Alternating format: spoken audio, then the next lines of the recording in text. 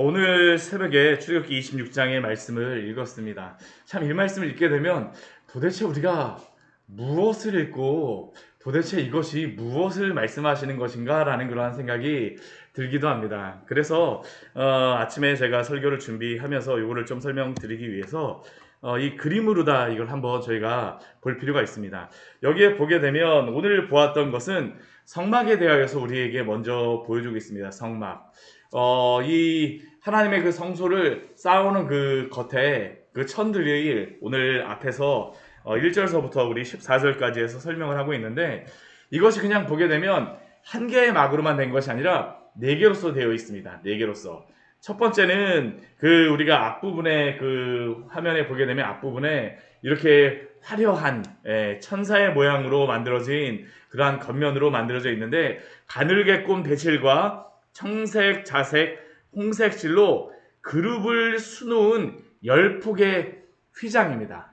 그룹들, 막 천사의 모양, 그룹 천사의 모양을 수놓은 그런 10폭의 휘장이 바로 이 가장 안쪽에 있고요. 그리고 그 위에 무엇이 있냐면 두 번째는 염소털의 휘장이 그 다음에 있습니다. 염소털의 휘장. 두 번째 여기에 나와 있는 이 모양입니다. 염소털의 그러한 휘장이 두 번째로 있는데 이것은 첫 번째 안쪽의 휘장보다는 약간 더 크게 만들어진 것입니다. 세 번째는 붉은 물들인 순양의 가죽. 여기 붉은색 보이시잖아요. 그렇죠? 붉은 물들인 순양의 가죽으로 그 세 번째를 이렇게 쌓고 있고요. 가장 마지막은 해달의 가죽으로 겉을 감싸고 있습니다. 이 해달이 정확히 어떠한 짐승인지는 모릅니다. 돌고래라는 그러한 의미이지만 돌고래나 바다사자 같은 해양생물의 가죽으로 만든 것으로 여겨지고 있습니다. 이 내용들을 보게 되면, 이 그림을 가지고 저희가 내용을 보게 되면 조금 이제 더 이해가 됩니다. 첫 번째 이 안쪽에 있는 그 성막의 그러한 것은 가늘게 꼰 배실, 청색, 자색, 홍색 실로 그룹들을 정교하게 수놓았다라고 말합니다. 이게 크기가 어느 정도냐 하면 2절 말씀에 보면 매폭의 길이가 28규빗, 너비는 그 4규빗이라 그래서 28규빗이면 요 손끝에서 이 팔꿈치까지를 했잖아요.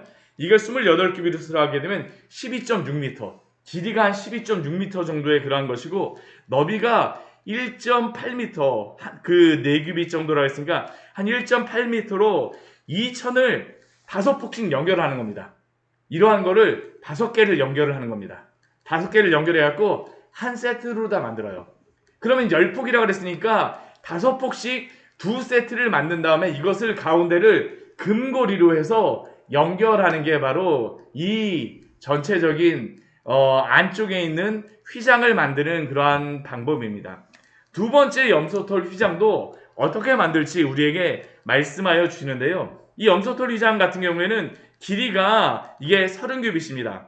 첫 번째 우리 안쪽은 그 28규빗이라고 했잖아요. 그러니까 2규빗이 더 넓어요. 그냥 약간 더 길이가 긴 겁니다. 약간 더 길이가 길어요. 왜 더 길게 했을까요?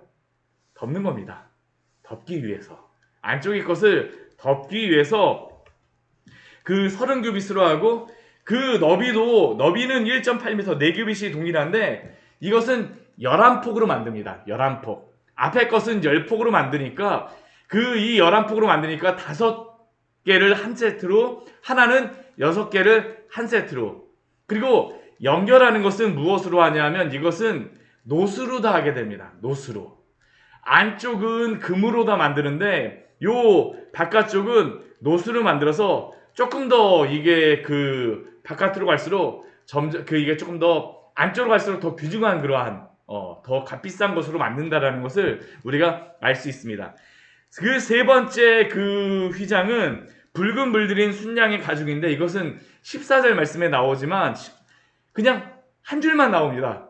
얼마나 크기인지 어떻게 만들었는지를 알 수가 없어요. 그냥 붉은 물들인 순양의 가죽으로. 그리고 네 번째 그 해달의 가죽도 동일합니다. 해달의 가죽으로 그냥 윗덮개를 만들었다라고 합니다. 그 재료만 나와있지 사이즈가 어떻게 됐는지, 어떻게 만들었는지는 알지는 못합니다. 아마 이렇게 10폭으로 이렇게 만들고 11폭으로 만들어서 이렇게 해놨던 것은 운반을 위해서 그랬으리라고 생각을 합니다. 하나를 크게 만들게 되면 움직이기가 힘들잖아요. 장막이라고 하는 그러한 의미, 이 성막의 가장 중요한 것은 움직이는 이동 수단이라는 것입니다. 이스라엘 백성들과 함께 같이 있어요. 그렇기 때문에 그 5폭씩 척척척척 접은 다음에 이거를 그 두 개로 다 한 다음에 금고리로 다 연결해갖고 딱 접어서 놓게 되면 운반하기가 쉬운 것이죠. 바깥의 것도 동일합니다. 11폭으로 다 만들었기 때문에 동일하게 이렇게 운반할 수 있도록 아마 그 순양의 가죽과 해달의 가죽도 이와 유사하게 뭐 만들었을 것이라고 생각을 하지만 정확하게 알 수는 없습니다. 이게 바로 이 성소의 성막을 만드는 네 개의 휘장에 대한 그러한 만드는 방법입니다. 또 그 다음에 나오는 그러한 것이 무엇이냐면 널판으로 더 만드는 이 벽입니다. 벽. 그냥 성막 그냥 4개만 이렇게 딱 휘장을 했다 그래갖고 이 하나님의 성소가 만들어질 수가 없잖아요. 벽이 있습니다. 벽이. 그래서 이 벽을 무슨 나무로 만드느냐 하면 조각목으로 다 만듭니다. 조각목으로 만들어서 이 북쪽과 남쪽으로 다 20개씩 이렇게 세우는 겁니다. 20개씩 세우고 뒤쪽 서쪽으로 다는 8개를 이렇게 세우고 앞쪽에 그 동쪽으로 다는 이게 그 총하게 되면 5개로 해서 문으로 다 이렇게 만들어 놓는 게 바로 이것입니다. 그리고 이 안쪽에 오늘 말씀해 보게 되면 휘장도 있어요. 지성소와 성소를 나누는 이 안쪽의 휘장이 이게 지성소를 나누는 겁니다. 여기는 정사각형입니다. 그리고 이 바깥쪽에 이 성소의 이 부분에 대한 것을 나누는 이 휘장이 있고 또한 이 성소를 들어오게 하는 또 휘장이 또 하나가 있습니다. 그러니까 휘장이 총 2개가 있는 것이에요. 이게 바로 오늘 말씀에 나와 있는 그러한 내용이죠. 그래서 이것도 말씀으로 보게 되면 이 널판을 조각목으로 만들었다라고 하는데 그 길이가 한 어느 정도냐면 10규빗, 그러니까 4.5m 정도. 그리고 이 너비가 1규빗 반, 67.5cm. 그러니까 이게 그래도 꽤 큰 나무입니다.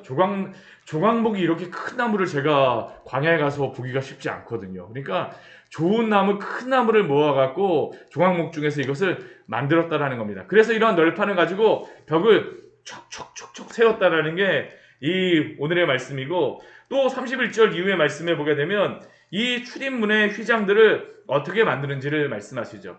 이 출입문의 휘장도 무엇으로 만드냐 하면 이 휘장의 성막의 그 위쪽에 가장 안쪽에 있었던 것 같은 동일한 조의 내용입니다. 청색과 자색과 홍색실 그리고 가늘게 꼰 배실로 이것도 그릇 모양을 이렇게 만들어서 이것을 휘장으로 만들었다라는 것을 우리에게 알려주고 있죠. 그리고 이것을 금갈고리로 이렇게 연결해 놓고 가장 마지막에 이 성소에 또한 문을 뭐 청색, 자색, 홍색실, 가늘게 꼰 배실로 수놓아 짜서 이렇게 만들었다라고 우리에게 말씀하고 있습니다. 그렇다면 오늘 제가 이렇게 설명을 해드렸는데 목사님이 우리 오늘 이렇게 말씀해 주셨는데 도대체 이게 우리가 아는 것이 도대체 우리와 무슨 관련이 있는가? 왜 하나님께서는 이것을 여기에 2번씩이나 기록하셨는가라는 것을 우리가 알아야 됩니다. 왜 하나님께서 이 성소를 어떻게 만들지 우리에게 알려주셨을까요? 첫 번째, 이동한다라는 것입니다. 하나님 우리와 함께 하기를 원하세요. 우리와 함께 하시며 예배하기를 원하신다라는 것이죠. 하나님이 우리와 함께 하시기 위하여서 이 성막을 이렇게 움직일 수 있도록 만드셨어요.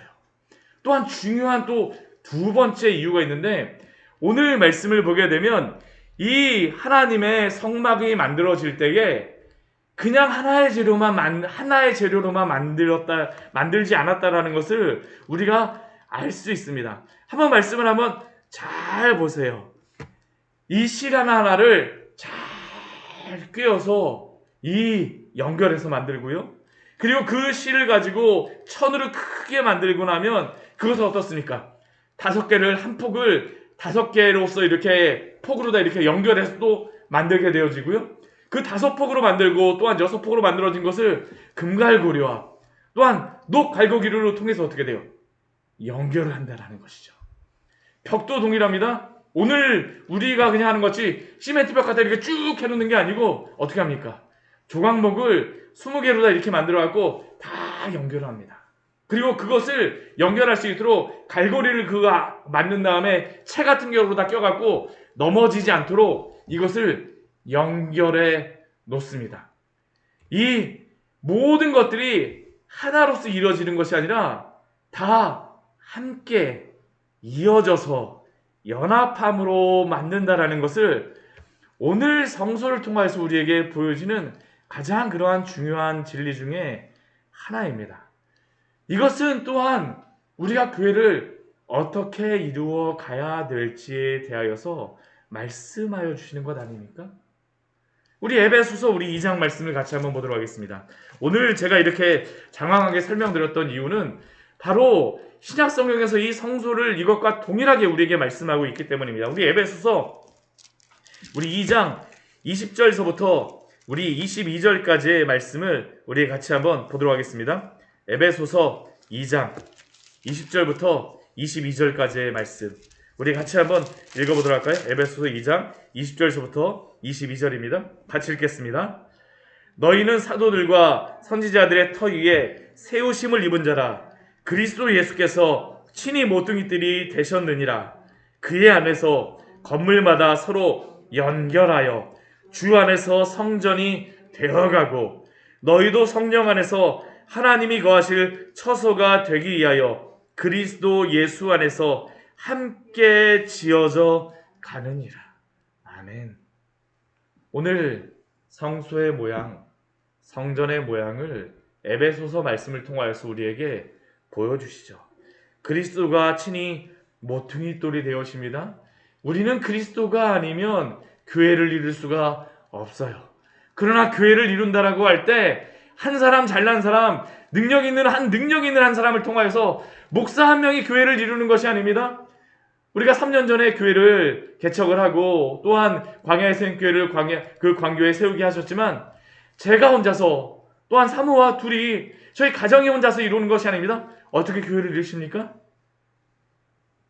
건물마다 서로 연결하여 그 안에서 건물마다 서로 연결하여 주 안에서 성전이 되어져 가게 하신 줄 믿습니다. 함께 만드셨어요. 다르다라는 것이 얼마나 중요한지 모릅니다.